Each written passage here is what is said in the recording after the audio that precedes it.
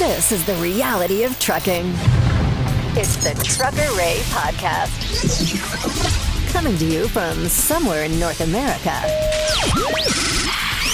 Here he is, Trucker Ray.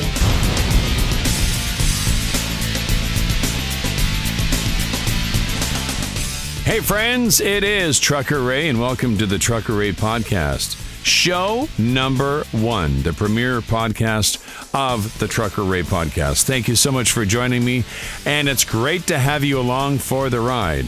Oh, man, I've been wanting to do this for so long, finally get this podcast launched, and I did release something not that long ago, which gave you guys a little bit of a taste on what we were going to do, a little bit of a sample of the upcoming segments on the podcast, but we're officially able to release it now, which is really exciting. So, now I get to do this.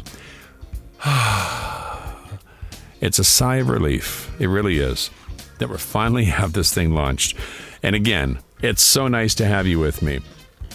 For those of you that don't really know me and you're hearing this for the very first time, I do have a YouTube channel, Life on the Road with Yeshua and Trucker Ray. I started it back in 2012. I was in radio before I started driving, doing radio shows and that with my good buddy Adrian Scott, and radio imaging and doing sweepers and voiceovers for radio stations. And then I decided to get out of that because it really wasn't paying a whole lot at the time. And I decided, well, you know what? Maybe it might be a good idea to do something else that's going to bring the bucks in. So I decided to do truck driving because I've always wanted to do truck driving. So I started sharing. Once I got out on the road, I'm like, wow, this scenery is phenomenal. I want to share this. And having that broadcast experience in the background, you just want to share everything and you want to put it all on video or audio. So I set up a dash cam in my truck and it just went from there. I just started sharing all my experiences out on the road. And my very first videos were actually quite humorous. They were terrible quality. I actually had a webcam that you would normally have in your home set up on my dash, feeding in through a USB into a laptop sitting on the passenger seat of my truck, and I was videotaping what was going on outside, and it was long. These are long videos, and they were boring. But if you were to go back to the very first video compared to some of the stuff I put out now, it's a huge improvement. Things have way, way improved. So that's kind of where we started off. So I share my experiences, the good, the bad, and the ugly, out on my YouTube channel. And you can find that by searching Trucker Ray on YouTube, and you'll find that on there as well. So you're probably wondering, what's with the big love with trucking and why are you doing this? Well, even when I was just very, very young, when I was like 10 or 11 years old, I remember how much I enjoyed trucking. I was very fascinated with it. And for whatever reason, I have always had this itch to want to travel. And maybe it has something to do that when our family, ever since I can remember, just could not stay in one place longer than 1 or 2 years. We started out in Ontario. We moved across the country. We lived in Alberta. We've lived in different, Calgary and Carstairs and Edmonton. And then we moved over to the Lower Mainland and Vancouver area. And we lived all over the place. And I more or less I almost felt like a gypsy. I don't know how many schools I've been in, and it was very, very rough because it was really difficult to try to make friends, and you were always an outcast, and it was never fun. But I had a vast imagination when I was a kid. I've always loved radio, old-time radio shows, recording radio programs, music off the radio. But there's one thing that I always did have a fascination for, and that was for traveling. And I remember there was one specific commercial that I used to see on TV all the time. I remember specifically laying on the carpet in our home in North Delta, BC, watching some episode of whatever we were watching, and this commercial would come on, and I remember we would see it frequently, and it would have a fancy familiar tune to it there that it was fun to sing along to. It was a Van Cam commercial. And any of you from the Pacific Northwest, the Washington State area, British Columbia, and Alberta, you might remember this specific commercial because I used to sing along to this, and when I would watch this commercial, I would say, oh man, I would love to go to all those different places. So how many of you remember this? We go everywhere, man. Haul your freight with care, man. Van Cam rates are fair, man. We go everywhere. Vancouver, Prince George, Salmon Arm, Red Deer, Kamloops, Quesnel, Williams Lake, Vernon. We go to Penticton. Hey, did I mention Vancouver Island overnight? Prince Rupert Terrace, Smithers, Dawson Creek, Grand Prairie, Cranbrook, Calgary, Edmonton, Lethbridge, Seattle, Castlegar, Bellingham, Kitimat, Spokane, Kelowna, even to Olympia. We go everywhere, man. That's how the West was won. That is how the West was won. You used to watch that commercial and we'd sing along to it, and I would see on the actual commercial, it would show you all the different places that you can go to, like I said, in the Pacific Northwest, in BC, Alberta, and I thought to myself, man, I would love to travel those places. I'd love to be a trucker one day. Never, ever thought for the life of me that would ever happen, my friends, but it did, and I'm very grateful. So this kind of leaves us at this point here where you're wondering, what are you doing and why are you doing this? Well, I am still obviously an active truck driver. I drive Canada, the U.S., and a little bit into Mexico, and I decided to do a podcast right out of the sleeper of my truck because I thought this would be very unique. I don't think anybody else does this, so I figured, why not? Because I'm always one of these type of people that like to do something different or for the first time. And I don't know too many podcasts out there that do this. So you are getting the true reality of trucking. As I said, the good, the bad, and the ugly as it happens. So there may be times where I'll be doing this podcast from a cooler in Yuma, California, Nogales, maybe back east somewhere, or on a reset, wherever I might be. I will be sharing with you what I experience en route, and plus lots of other great, amazing guests on the show is what you will hear every single week. Trucker Ray, Trucker Ray, Trucker Ray.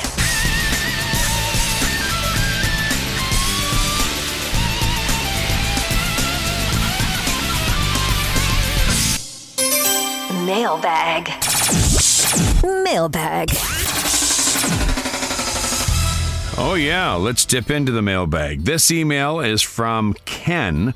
He doesn't mention where he is writing from. It says, hello, Truckery. My name is Ken, and I drive for a company on the East Coast. I don't want to mention the company because I'm not too terribly happy with them.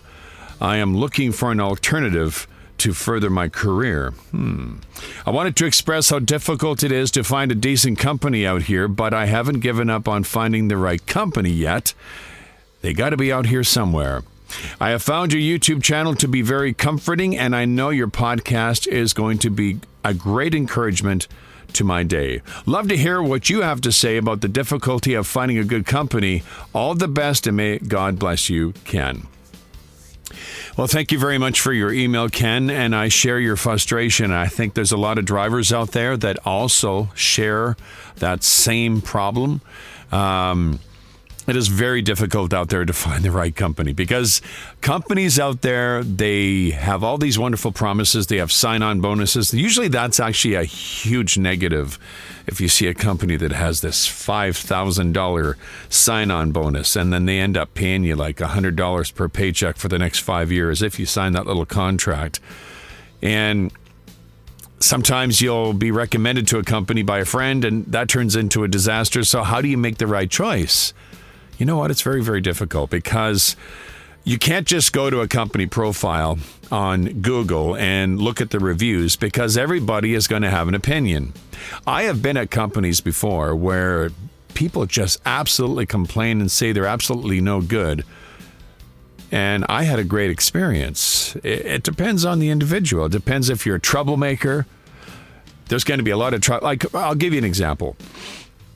You go to a cooler or a shipper, receiver, whatever it might be, and you look at the reviews. Look at how crazy these reviews are. I mean, you'll see guys, I just got here at this place and I've been sitting here for 15 hours to be unloaded and the reception is terrible and the shipping is terrible.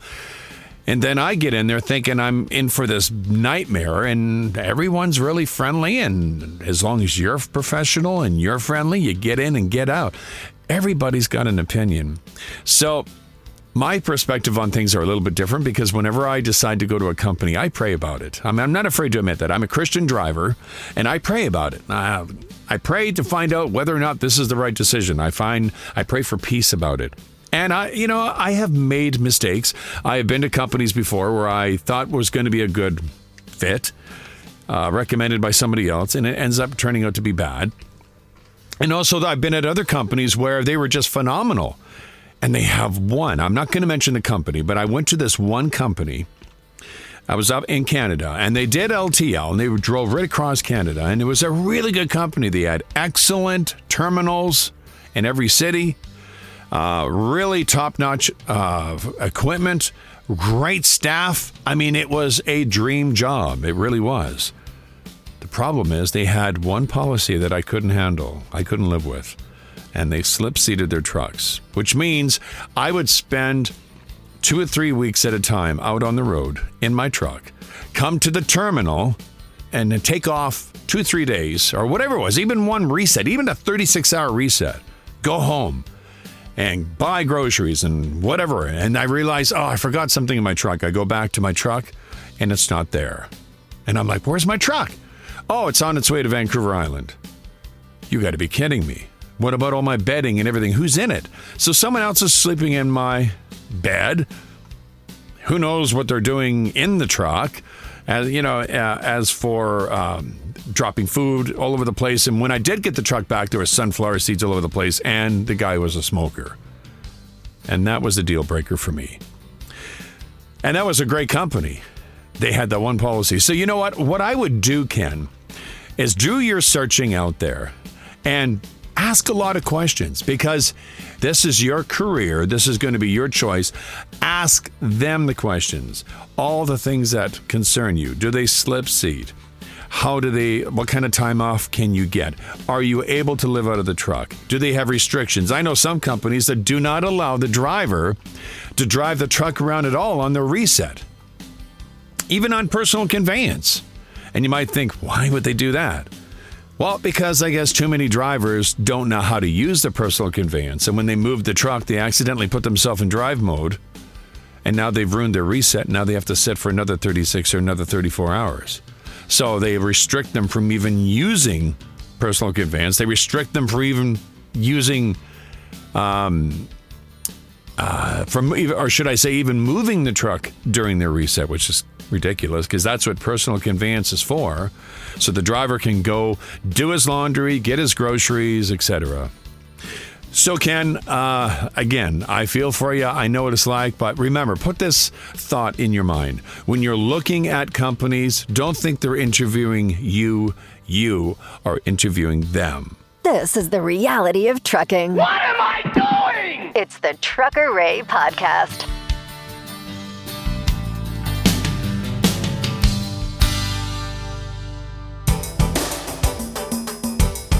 This podcast is brought to you by, well, nobody yet, but it could be you.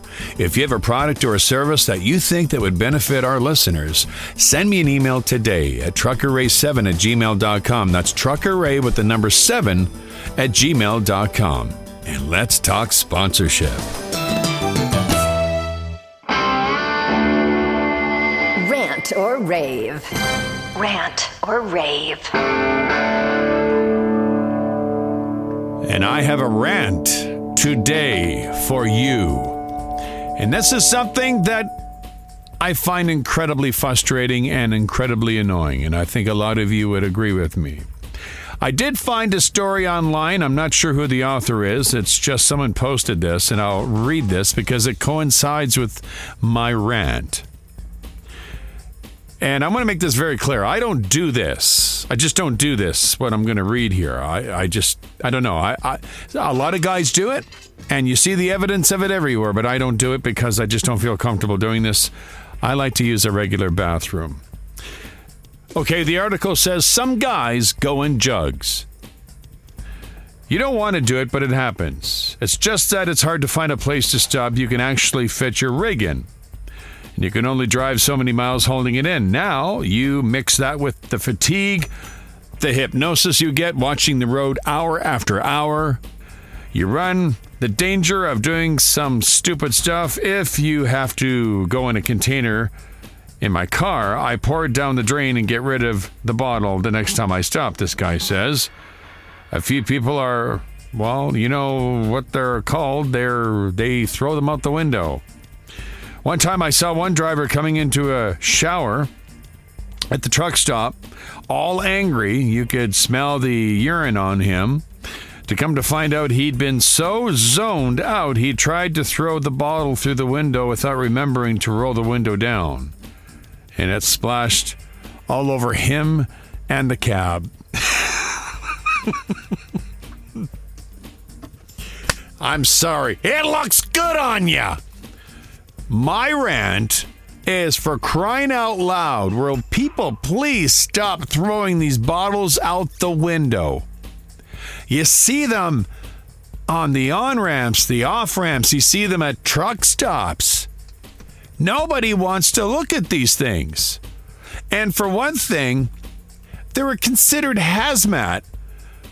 The caretakers of the truck stops and the rest areas, they're not going to go pick up these pee bottles because they're a hazmat. You have to have the proper gear and everything. Nobody's going to clean that stuff up. So when you throw something like that out the window, it's going to end up staying there unless someone does pick it up. What is wrong with people? Why do they have to do this? And you know, a lot of them that do this are team drivers because they're always on the passenger side, or maybe they are launching them out the window. But it's wrong.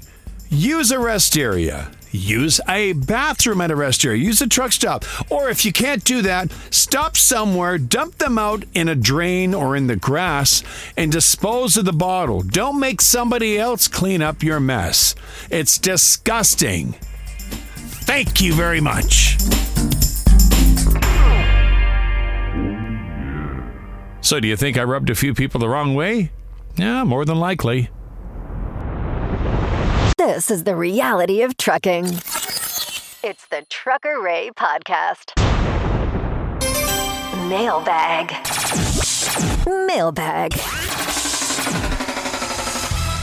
Oh, it's time to dip back into the email, and this email is from Michael from Missoula, Montana. He says, "Hello, Trucker Ray.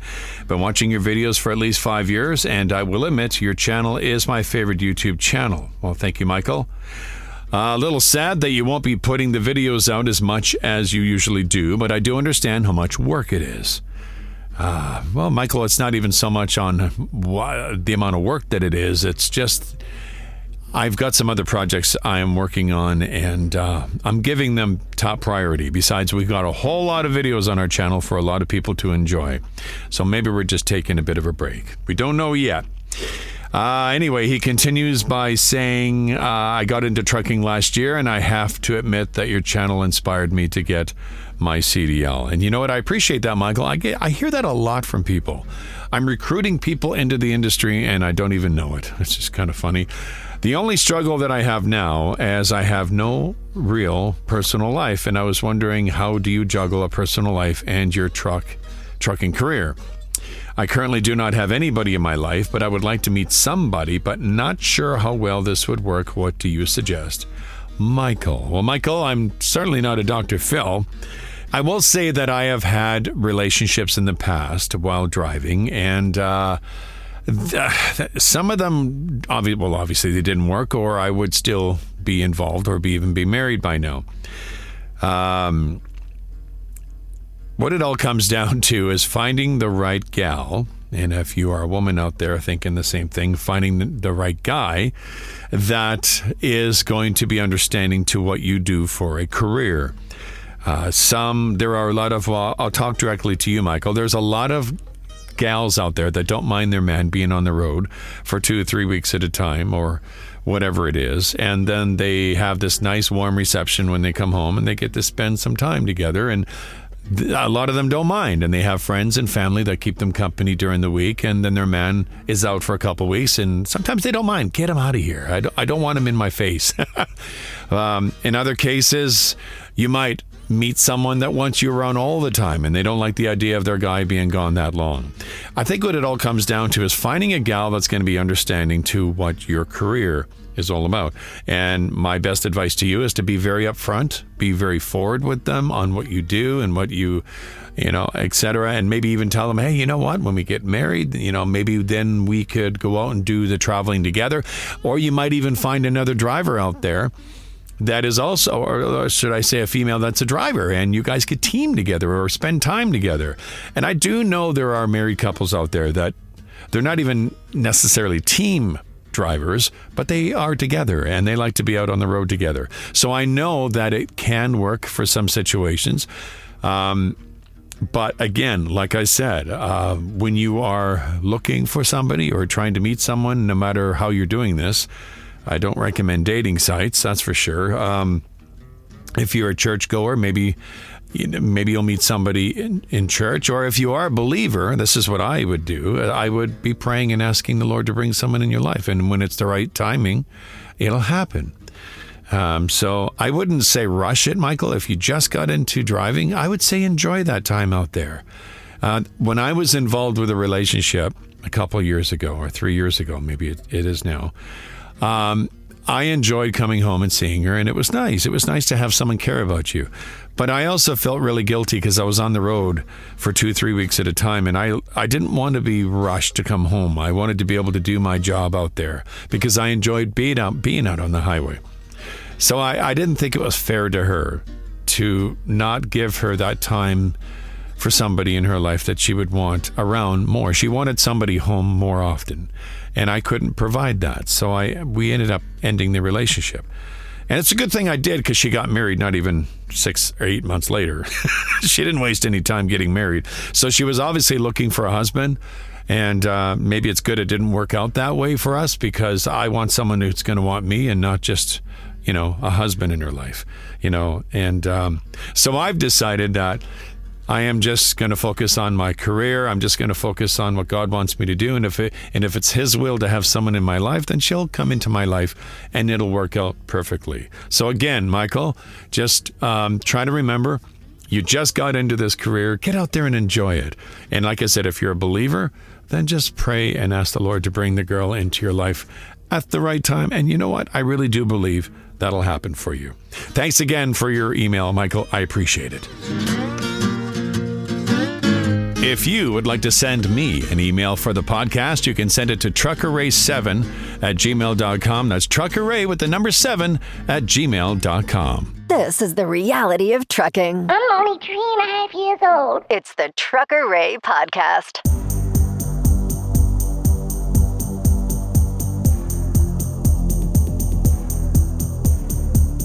Well, we still have the Trucker's Corner coming up with Glen Hebert. Trucker Glen. For those of you that are looking for some advice, if you've just made it into the industry, this is the man who you want to listen to. But I thought another nice feature to the show would be to hear from some female drivers out there and to get their perspective on what it's like to be a female driver out there on the open road. And there happens to be one gal that I talk to regularly. She drives the USA as an owner-operator with her sidekick, Montana, beautiful German Shepherd. Now, I've spent time talking to Jamie throughout the last 4 years on and off, and she's a fun gal to talk to. And I had an opportunity today to talk with her.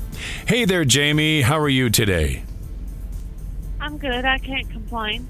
Yeah? Where are you today? San Antonio, Texas. So are you driving, or are you sitting at a shipper, receiver? Where are you? I'm just driving across 10 right now. Right. And the weather pretty good out there, or is it pretty fair? It's warm. It was probably about 75 today. Oh, okay, good. Yeah, I was just mentioning that we've known each other for at least 4 years, and we talk on and off, maybe not every single day, but quite a bit, and that you are a single female driver owner-operator out on the road, you and your dog, Montana, doing your thing. And first big question I wanted to ask is, what made you get into driving truck? Let's see. I was working a lot of dead-end jobs, and my stepdad drove for a while, and he suggested it, and then I just went for it, and it just stuck. Now I can't imagine doing anything else.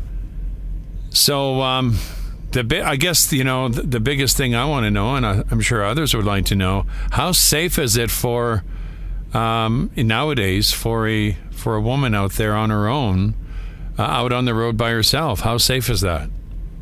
I would say it's probably about as safe as a guy has it, maybe with a little more precautions women should take. Like if you park in the back of a dark parking lot late at night, you should probably just stay in the truck till it gets daylight. So avoid getting out and walking around? Yeah, unless you have, like, my dog is a German Shepherd, so unless you have something like that, then... Yeah. So and it's pitch black, like a well-lit parking lot, that, would be okay, but... Yeah. So is that one of the reasons why you got Montana, for your safety, or did you just want some companionship? It was more for companionship and then the added bonus of safety, because I've been left alone a lot, simply because he's in here. Yeah. You sleep better at night with him? Compared to when I didn't have him. Yeah. You sleep better at night with him watching out for you? Oh, yeah. I know that nobody's going to get in the truck with him sitting in the driver's seat. Yeah, I know. I remember, I think the first time we met, was that in Montana? Was that, coincidentally, wasn't that over in Butte? Not Butte, Billings? Yeah, it was the Flying J. Yeah, that's right. Town Thompson Billings. And he was he was a little unsure. And when I walked up, I think you told me just to put out your hand or whatever, and play nice or whatever. And he thankfully he liked me, so he didn't sense anything wrong. Mm-hmm. But however, I've seen him also on the other side of that window.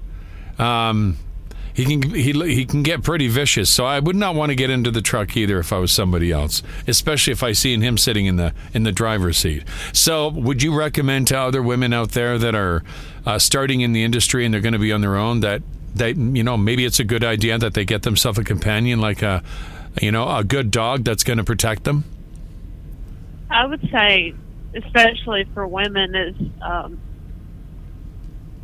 maybe they should get a dog, but then also a dog is a lifetime commitment, so it's something, it should be more for the companionship than it should be the protection. Yeah. But to me, if I were going to get a dog to go trucking with me, I would want a dog that could defend itself. Yeah. Your dog, Montana's a really nice size. German Shepherd, but not like a big dog, but big enough to do damage, but still small enough where he's not in your way, if you know what I mean. Yeah. Yeah. I would say also, if you're going to get a breed that is high strong like Shepherds are, that really need to be trained. And they do take a lot of arm strength when they get to wanting to smell something and wanting to do their own thing. They're very stubborn and hard-headed. Yeah, I bet you really can't go anywhere without him. He's with me all the time. So. Yeah. Yeah. So you've been doing, how long you've actually been driving? Since I got my license in December of 2015. 15? And I've been driving on and off, ever since. So. Okay. So you obviously were working for company fleets, etc. What made you want to do the owner-operator thing? What drove you to do that? Because of the money? Because of, hey, I want my own, just like how someone wants a house, they can put a nail in their own, in their own wall. Why did you go this route? I think it was because I just wanted my own thing, and I just wanted to be the one I've always wanted to be my own boss, even if it wasn't in trucking or anything like that. Do you like doing the owner-operator thing better than the fleet thing? What's the difference for you? Like, between the two, what's the difference? I would prefer to be an owner-operator simply because I can do what I want. You know, if I want to go home, it's not, the company can't decide that for me. Right. How would you, like, if you knew another woman out there that was thinking about getting into this industry and doing what you're doing, what advice would you have for her? I would say to be patient and to not give up, because it is hard. It took me, I want to say it probably took me about 10 tries to get all the backing right to pass the test, but I still passed it, and I didn't quit. I kept going at it because I knew what I wanted. If you know what you want and you know that you want to do this, like, you can do it.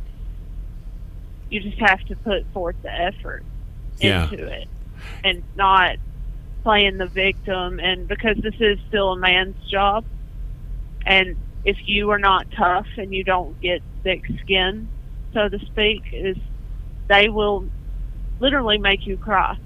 And you know what? Because there's some men out there that have no manners and they will harass you. Yeah. So just grow a tough skin. Be prepared for that. Is that what you're trying to say? Yeah, because when you get into it, you can't be, oh, he hurt my feelings. Son, I have been called nearly every cuss word and every dirty word that you could say to a woman. That's crazy. I don't even. Here. You know, the thing is, I think it's just men are intimidated the fact that the women are doing this, because I've never had anybody ever call me that or anything like that. So why would men act that way towards a woman? Because he's arrogant, condescending, and she shouldn't be out here. She should be in the kitchen. Does that sound about right? I have literally been told to go home and cook dinner. Wow. So I was right. Wow. A lot of arrogance out there. But you know what? You're doing it. You're living your dream. And your home terminal is out in the Utah area. And Right. What's your main route? Like, predominantly, what would you say? Like, I see you seem to do a lot of eastbound traveling. It's I would say a good portion of it is from Idaho to like Wisconsin. Yeah. And then some down south. Do you like the routes? They're absolutely beautiful. They're, Yeah. you know, and it's where I'm at now is I get to go wherever I want. No, the company doesn't tell me which way I can and cannot go. Yeah. And I like that. Yeah, and you also have a YouTube channel. You haven't done a ton with it because you're still kind of breaking it in. What is the YouTube channel called? It was Tumbleweed Pictures. So if they were to search in on YouTube, Tumbleweed Pictures, they would find your channel? Yeah. Okay. Are you going to be doing more with the channel, or is it just kind of when you feel inspired to do so? It's kind of, right now it's because I don't have really good editing software and stuff, it's hard to do it. Yeah. And then it's just something I need to put more effort into. Yeah. I think it would go over very well for people to follow someone like yourself, to see what it's like to be a young lady. I mean, you're a young lady out on the highway by herself out there, of course, with the protection of her dog. And your dog is absolutely so cute. I know he wouldn't like it if he understood that. Why do you don't call me cute? I'm rough and tough. But he's such a nice looking dog. And you sent me that picture today, and he takes a good picture. He's very photogenic, which is really funny. You always manage to get these pictures of him with the sun on his face. But yeah, so that's really cool. Well, Jamie, I mean, I hope you don't mind us touching base with you time to time on the podcast. You okay with that? That's fine with me. Yeah, right on. Well, thanks for your information. Thanks for your advice, and please be safe out there, okay? You too. This is the reality of trucking. It's the Trucker Ray Podcast.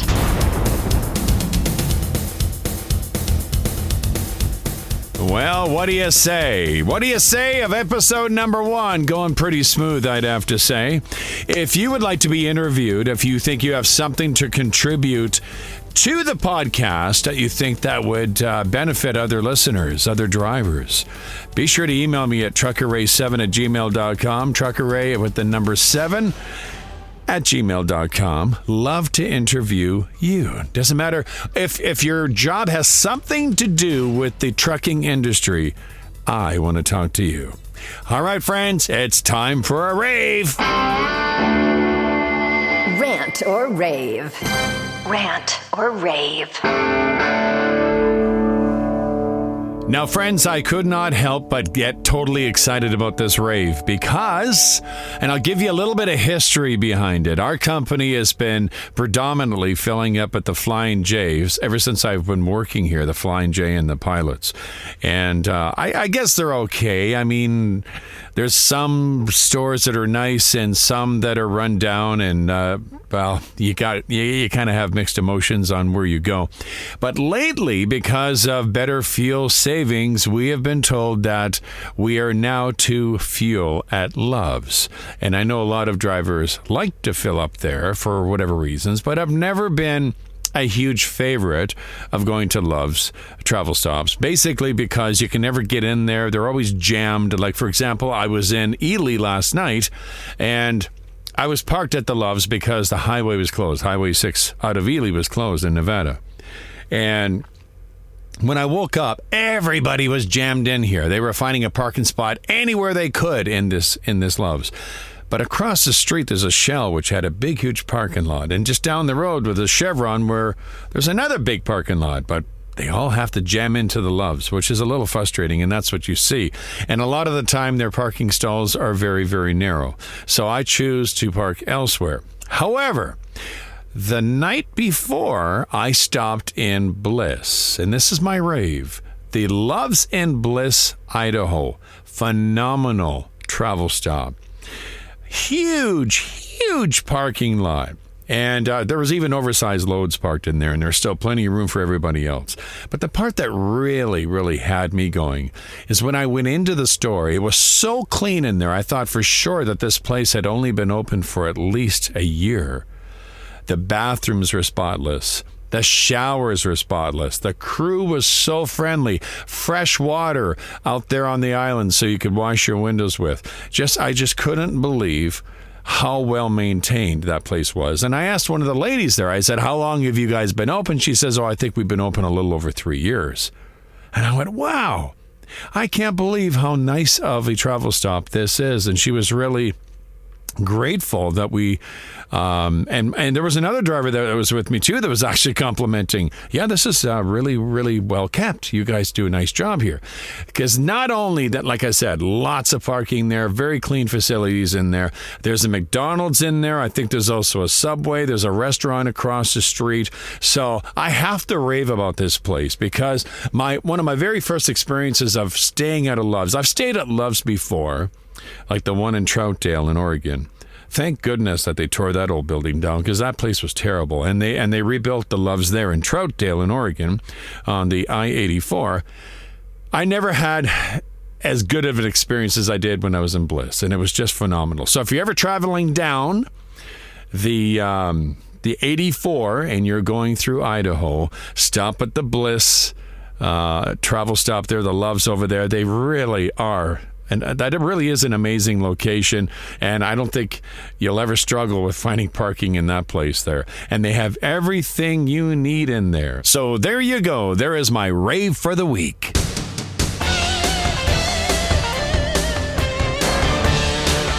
Trucker Ray. What do you say we check in with Trucker Glen? With over 50 years of accident-free, long-haul experience under his belt.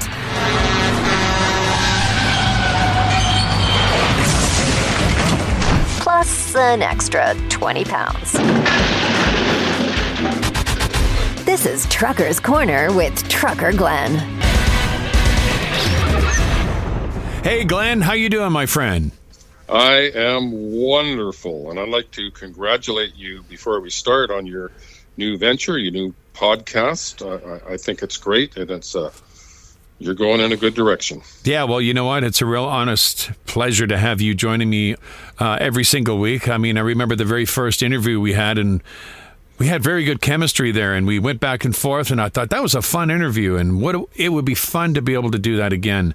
And Yes. And here we are.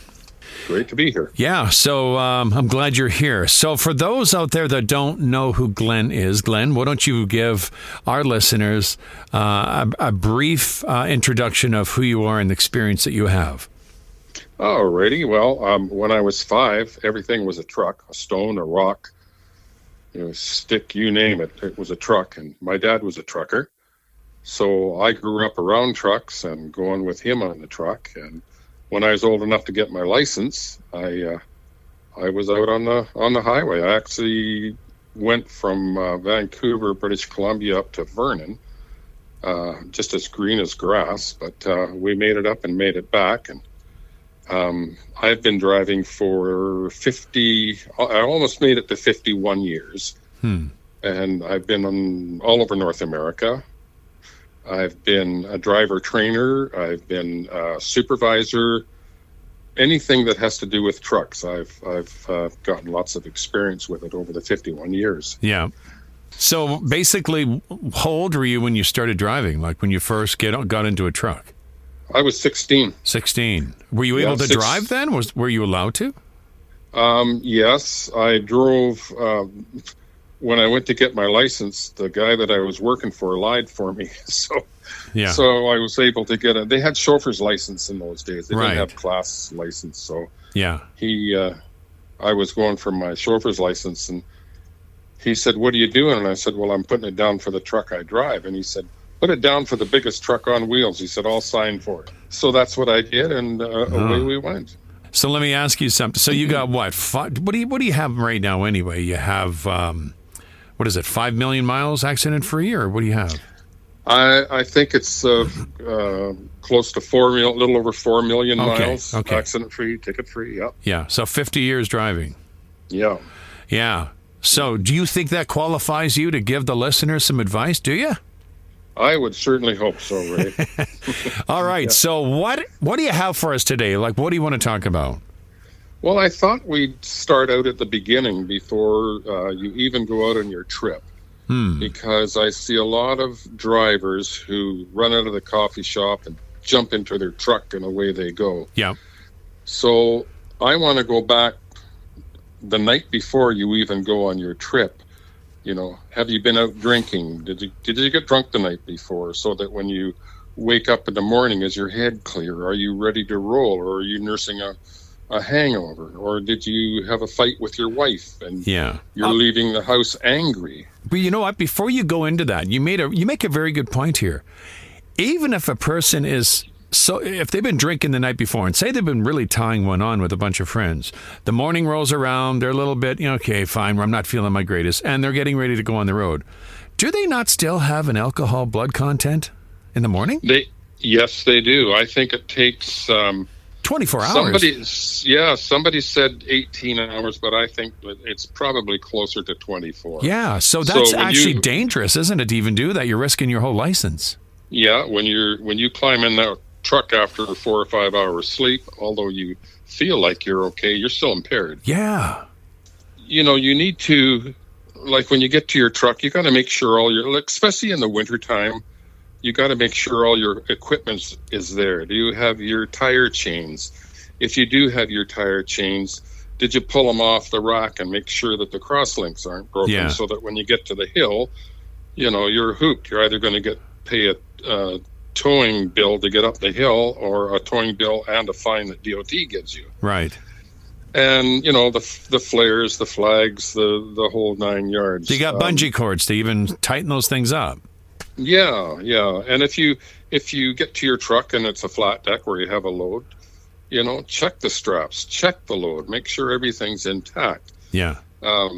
Your oil, your water, all that stuff, because when you get out in the road and you're in the middle of nowhere and you're down oil or water and you haven't brought any extra along, like antifreeze or anything like that. Windshield washer, there's another good one. Yeah.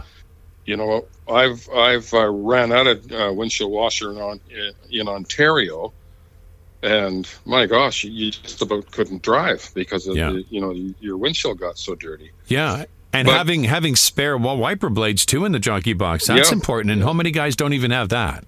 That's right.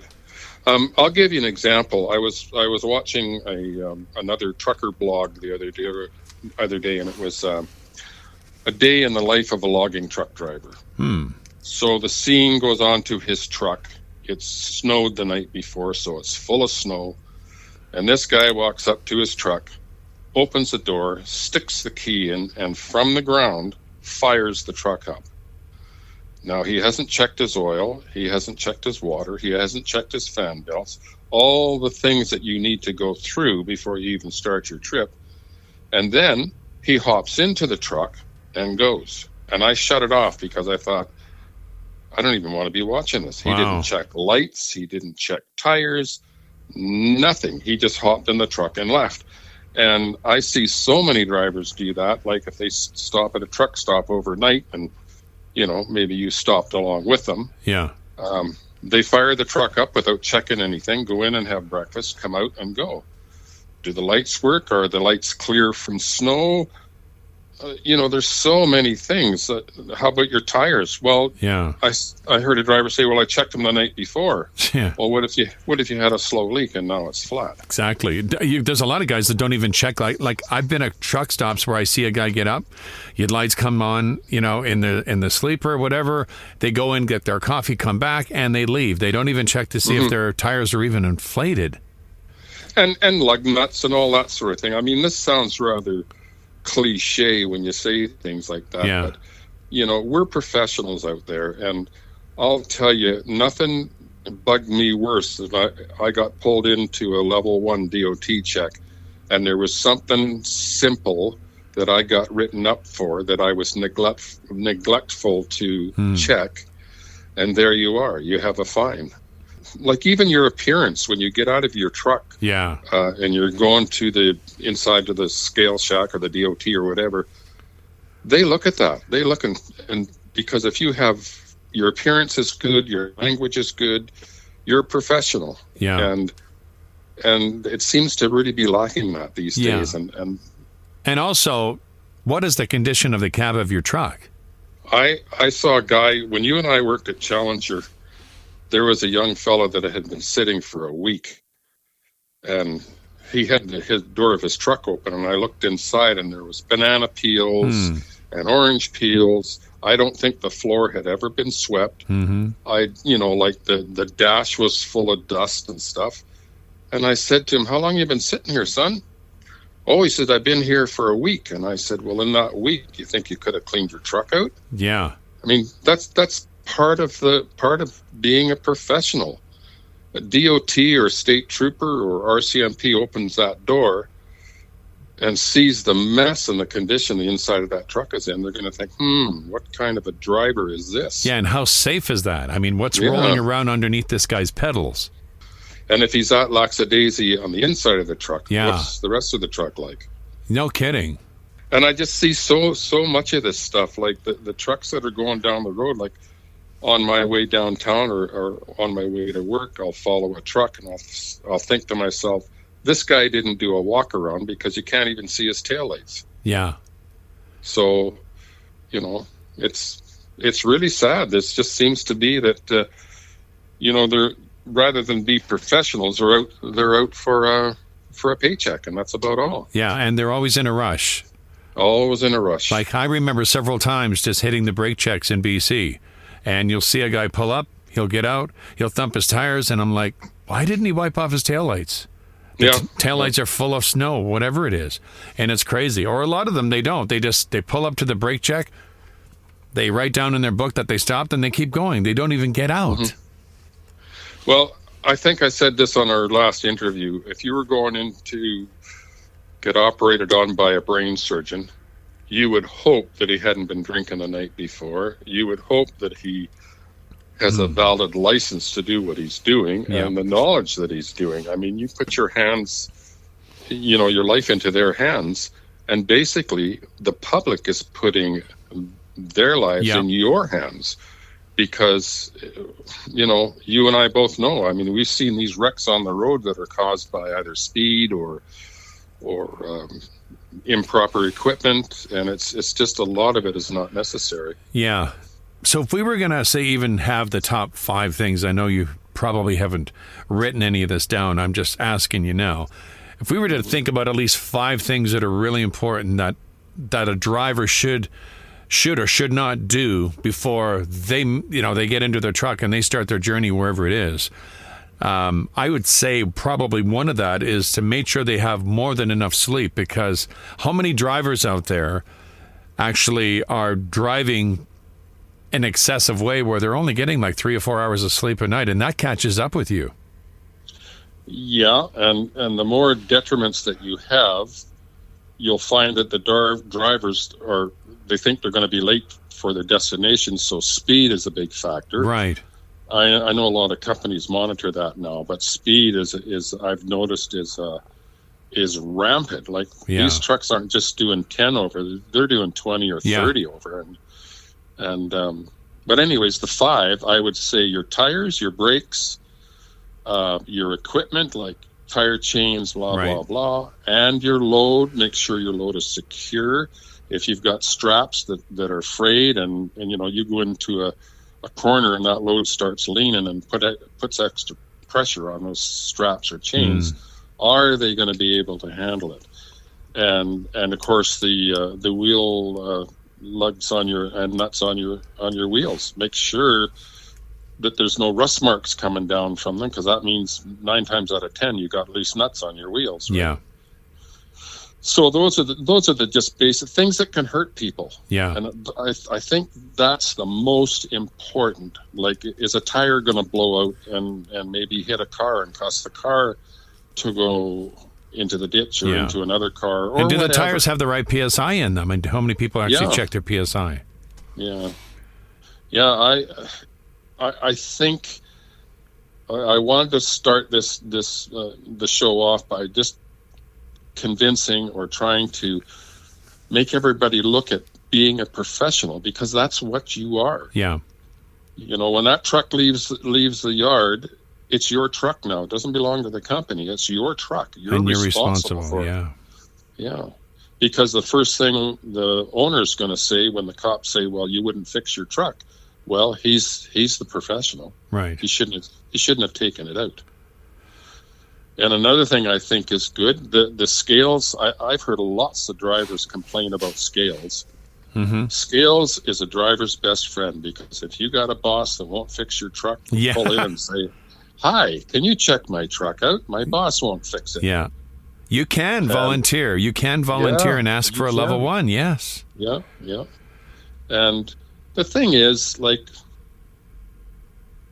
we're paid professionals, and that's the way we should be carrying ourselves, by the way we dress. Yeah. I mean, lots of times you can't help getting dirty because you just can't find a clean place to shower. But 9-10 times out of 10, just the way you carry yourself, it says a lot about who you are as a driver. Right. We got about 45 seconds there, Glenn. One thing that I always found that is a really important thing that I think all drivers should have a spare key in your pocket. How many guys lock their keys in their truck? Especially if they have an animal, right? Yes. I've heard so many stories about animals that actually they're looking out the window looking for the boss, and clink, they lock the truck. Yeah, the newer trucks have power locks now, so hopefully, yeah. So in about 15 seconds, what would you like to wrap up with this? I'm really looking forward to this show, Ray. Like you said, I've got a lot of information that I can pass on to the drivers just to make their job a lot easier. Yeah. They can feel more comfortable behind the wheel. And there's not a lot of people who are mentoring these, especially the younger drivers. And I'm kind of hoping for that on the show, that I can be some sort of a mentor to them. I am very much sure you can. I think you will benefit anyone that's listening, whether they have 5 years experience or 5 days experience or 50 years experience. Trucker Glen, a pleasure as always, and we'll see you next time. Thank you, Ray. And if you have a question for Trucker Glen on a future episode of Trucker's Corner, send those emails to truckerray7@gmail.com. That's truckerray with the number 7@gmail.com. And I'll make sure the big guy gets them.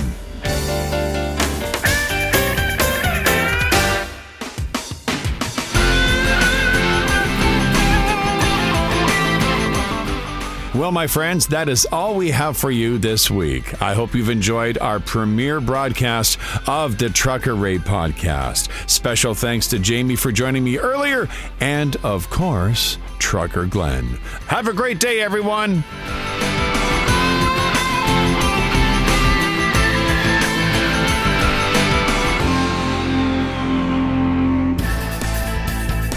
You've been listening to the Trucker Ray podcast. To contact Trucker Ray, send him an email to truckerray7@gmail.com. That's truckerray, the number 7@gmail.com. You can also check out his YouTube channel. Open YouTube in your browser and search Trucker Ray. It's that simple. Until next time, be safe out there.